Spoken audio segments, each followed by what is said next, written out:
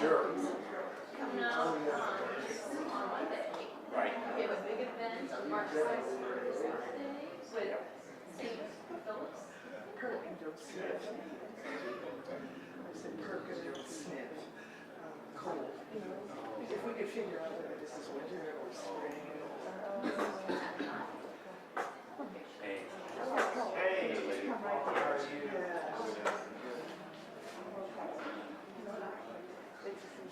You doing okay? You doing all right? It's morning somewhere. Just one foot from the other, keep my head down.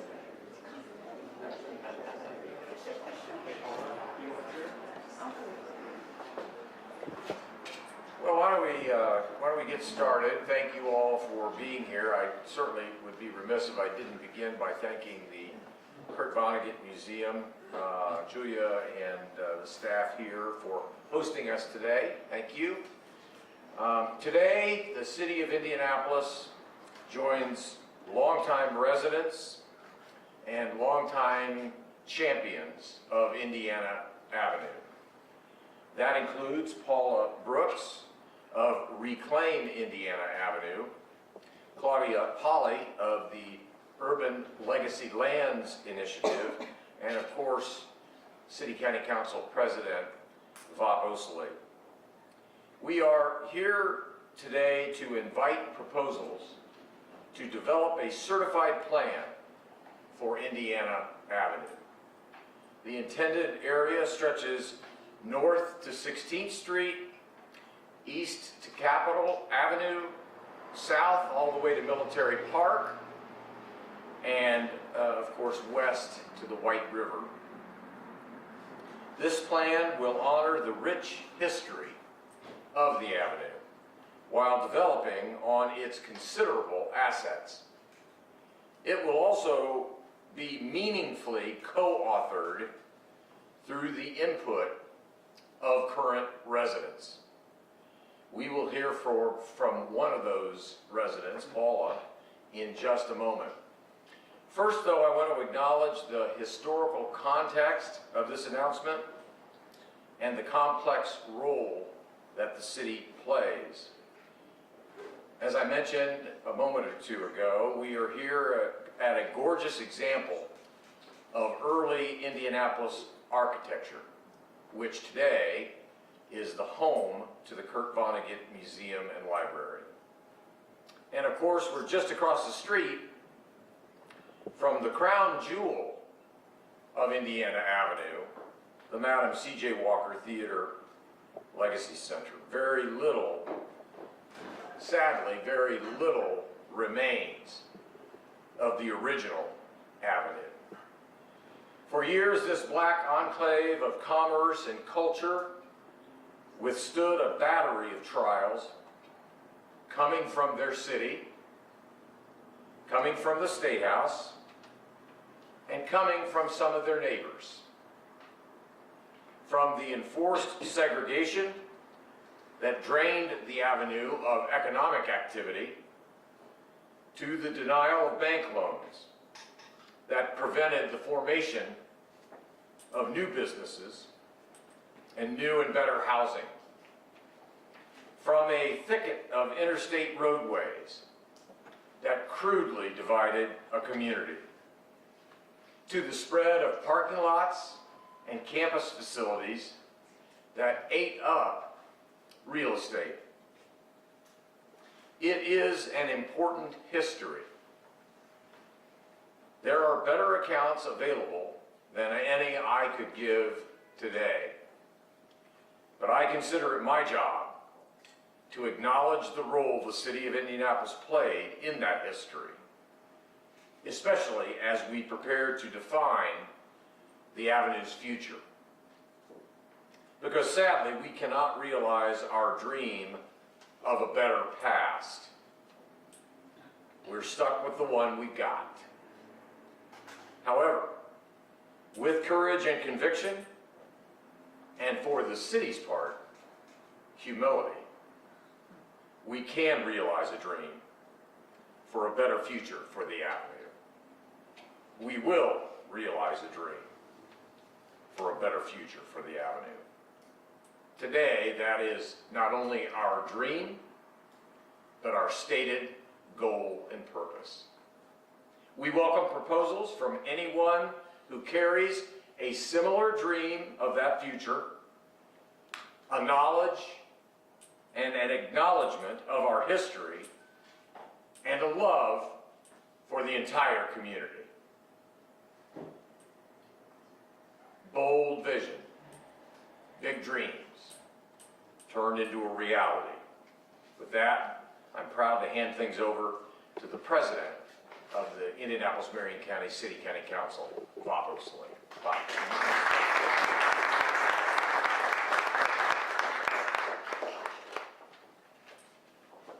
Thank you, Mr. Mayor. Good afternoon, everyone. Although I'm very proud to represent District 11, which includes Indiana Avenue, I don't stand here today as District 11 Councilor or as President of the City County Council. I stand here today as the grandson of a black plumber who worked for decades of his career just down the street at Lockfield Gardens. He was proud to work on the Avenue, proud to work in the black economy, proud to serve black residents, called this neighborhood home. His name is Ernest Kirk Sr. Today's announcement is first and foremost an invitation, an opportunity to bring together the organizations and the individuals for whom Indiana Avenue has always been a special place. To envision a future for the Avenue that would make all of our grandparents proud. It's a chance to do something that, to be frank, our city has generally failed to do, and that is thoughtfully preserve the history and the legacy of black neighborhoods.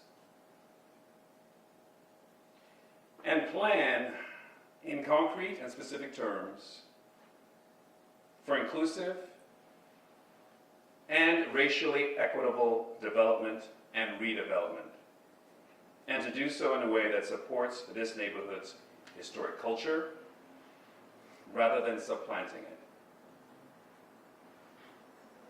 This can be achieved only when the voices of those who've long been caretakers of and advocates for the Avenue are heard.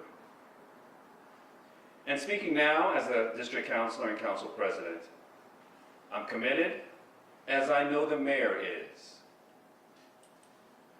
to centering this strategic plan on those voices, on your voices, and on the voices of all of our grandparents. So the Indiana Avenue of the future reflects the joy and creativity that they brought to this place and makes their legacy available to all who come here. I want to say thank you, and I'd like to come forward right now, Ms. Paula Brooks, from Reclaim Indiana Avenue. Ms. Brooks.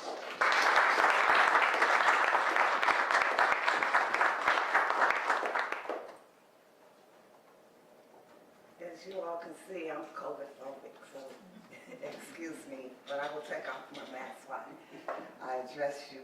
I really appreciate everyone taking out the time to, out of your busy day, to personally attend this very grand event.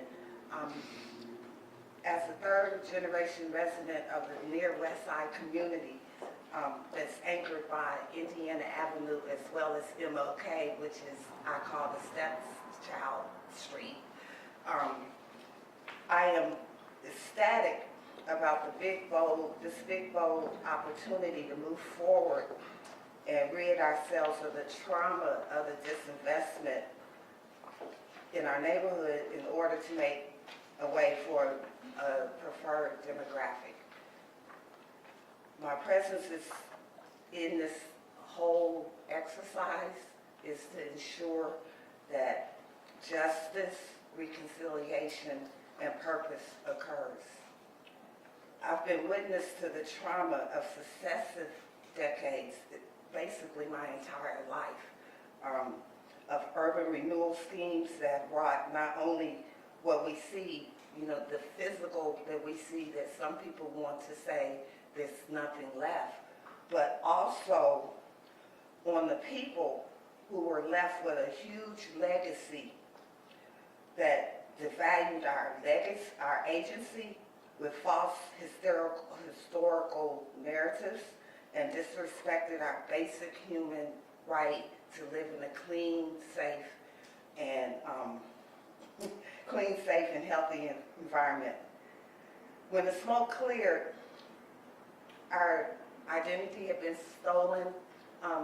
I was fortunate enough to attend Howard University, and when I came back home, because my mom needed me, I thought I was living in the near west side, but the near west side had moved further west on the other side of the White River, which kind of disturbed me, but it's what it was.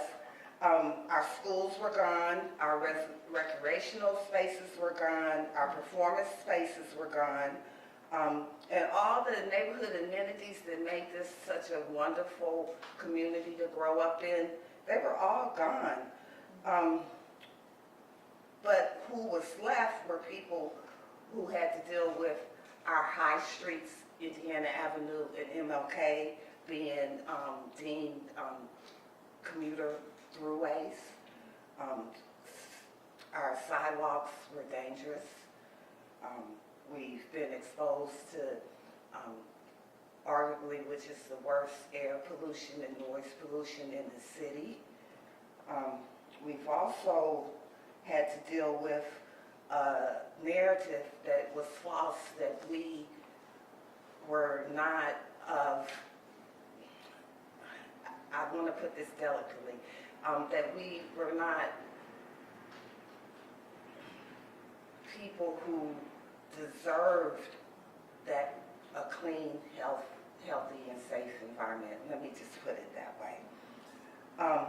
We also had to deal with disinterest anchor institutions who were eager to expand their reach, and for some people, and this is what really motivated me, would have to say a prayer just to step outside their house because of the way the streets were designed.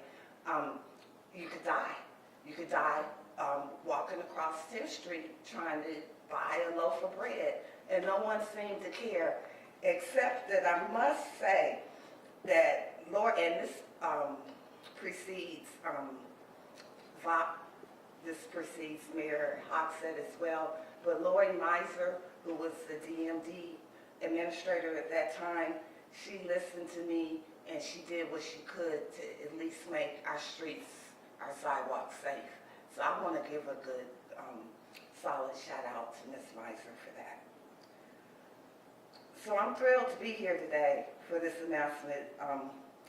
I want to acknowledge Mayor Hogsett, Deputy Mayor Scarlett Andrews, as well as Judith Thomas, and the DMD staff, Lorenzo, Carmen, Britt, Andrea, who has left, who supported my work and my commitment, and they had a commitment to a new day for our district. Thank you very much. I also want to acknowledge Bob, who also, when he came in, he listened to my complaints, and although we had to wait 6 years, we were finally able to get a stoplight at 10th and Camp Street so our neighbors could cross without feeling like they were going to die. And they were in wheelchairs. We're talking about people who were impaired with mobility impairments. So I really appreciate that, Bob. But I gave them a hard time, and I still do.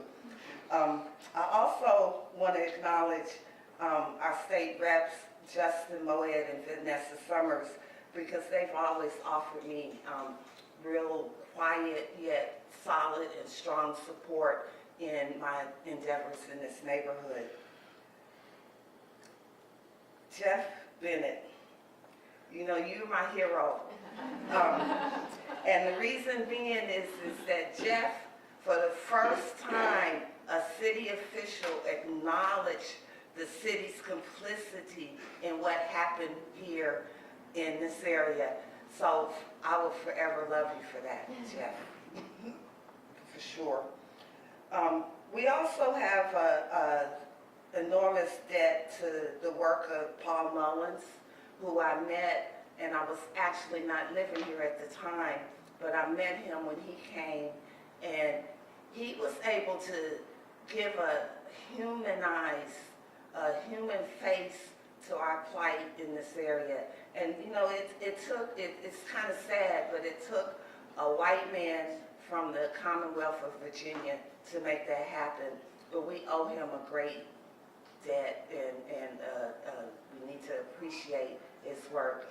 As you all know, he's facing some health challenges now. I want to thank the people who had an emotional connection to this area, and they came, they volunteered their time. We built a coalition, Reclaim Indiana Avenue, which consisted of what I call the OGs, which was Aaliyah Bundles, Claudia, Olin, the bishop was part of that as well. And then the kids, Jeff and her name is Kelly. No, it wasn't Kelly. Anyway, I'm sorry, her name's, I can't remember her name right now. But they came in and they energized this movement. They didn't know anything really about how the avenue used to be or how this area used to be, but they just brought their energy, and I really appreciate that, and I want to acknowledge their work. Lastly, I want to give a shout out to two of my community leaders. You all may not know, but I'm the Environmental Justice Director for Hoosier Environmental Council, which is really my dream job, and it allows me to work and advocate and amplify residents' voices, especially people who remind me of my mom and my family. I want to acknowledge Phyllis Hackett of Riverside and Elizabeth Gore of Martindale-Brightwood. They've been soldiers in making sure that the communities are alive and also being a reminder that you have to do this work with grace, and that's something that I'm still learning how to do.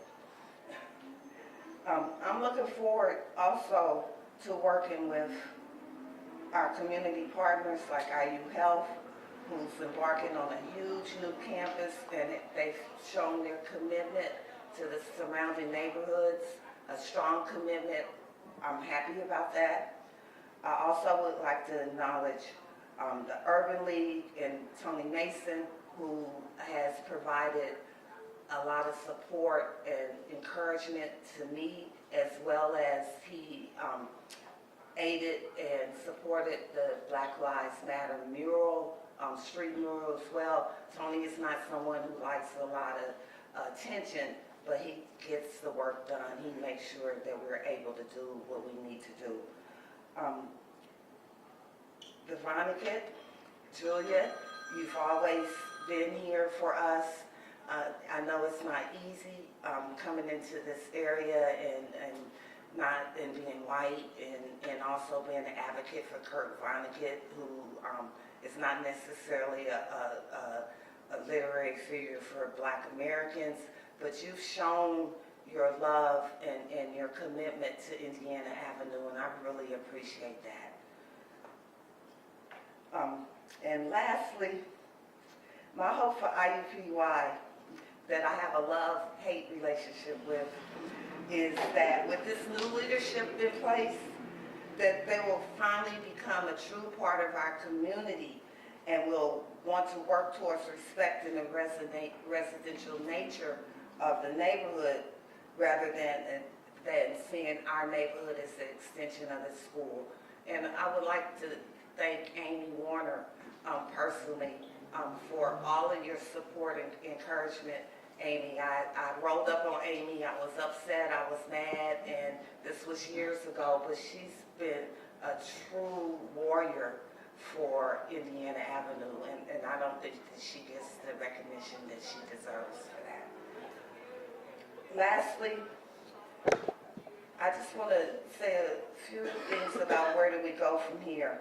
I think that, you know, we have to pledge, all of us, to work together as one, and we have to work through the past harms. We cannot ignore them. We have to face them. We have to talk through them and work towards the future. We have to advance environmental justice principles, and we have to build an inclusive future that will be home for people from all races, all creeds, and economic status. And this is my challenge for all of our partners, is that we remember that this area has always been welcoming to people of various stages of life, various nationalities. If you know, once you really do your reading, even New York Avenue, when I was, I can even give a better example right here at the corner, Michigan and Indiana Avenue, there was a Greek church. I remember that church that was there.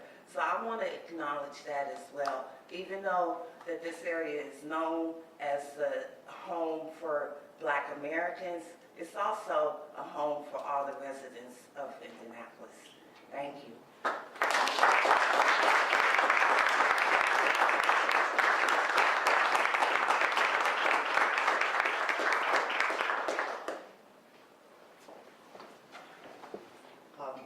It's hard to follow that, so I'll try to step up if I can. Claudia Polly, I'm the president of Urban Legacy Lands Initiative. I am the daughter of Gene Spears, who was one of the co-founders of Ransom Place Historic Neighborhood. I am the granddaughter of Marion Birch, who taught for 30 years at Crispus Attucks High School. And I am the great-granddaughter of Reverend and Mrs. George Grabham, who came to Indianapolis in 1904 to steer what was then 9th Presbyterian Church and soon became Witherspoon Presbyterian Church. In fact, their house, their first house, because back in those days you moved often, especially as your family grew, their first house would be under the corner of the Madam Walker building where it stands now, and then they moved to another house across the street from where once stood School 17, and then they moved further north towards the end of their time in Indianapolis. But the near west side has been home to my family and to me for a while. And although I have spent a great deal of time outside of Indianapolis, I always tell everyone I'm a Hoosier. And I grew up in Indianapolis Public Schools. It is because of Indianapolis Public Schools that I am able to do what I do today. And so it's not just me. I have managed to wrangle the goodness, the energy, and the heart of a number of good Indianapolis-based citizens to create a new organization, that we call ULI. And we're only a year old, but we're here to reveal, protect, and restore the rich heritage of Black Americans and I can't even remember my own mission. To reveal, protect, and restore the rich heritage of Black people and places. And so our work is to help all of you realize the depth, the value, and the future of Indiana Avenue. And it's a great pleasure to work with Mayor Hogsett, with old family friend Bob Osley, with Paula Brooks, who I'm neighbors with once again, after a number of years, and to make Indiana Avenue revitalize the energy, the value, the history that is here, just under the surface. Even though we don't have enough buildings left from the past, we have a few. And so we will protect those few and bring them as center points for what is to come. I am privileged to have an office at 16 Tech, which is at the northern end of Indiana Avenue, if you look at it in the north-south way. And we have a major partner at the southern end of Indiana Avenue, and the other building on the National Register of Historic, or in the National Register of Historic Places, the Colored Knights of Pythias building, which is at Senate and Walnut. And Alan Henderson has brilliantly stepped forward to save, and we're working together to restore that building, which will be another anchor for the wonderful legacy of Black heritage in place in Indianapolis. So we're just here because you're here. And it's not that Uli is going to do everything. We're going to have you work just as hard as we are, because it's not just Uli's future, it is all of our future that's at stake. Indianapolis deserves to have a rich heritage of black, brown, red, green, yellow, whatever color people that have always made this home. And so you are the champions that we work for. So we look forward to working with you from this point forward.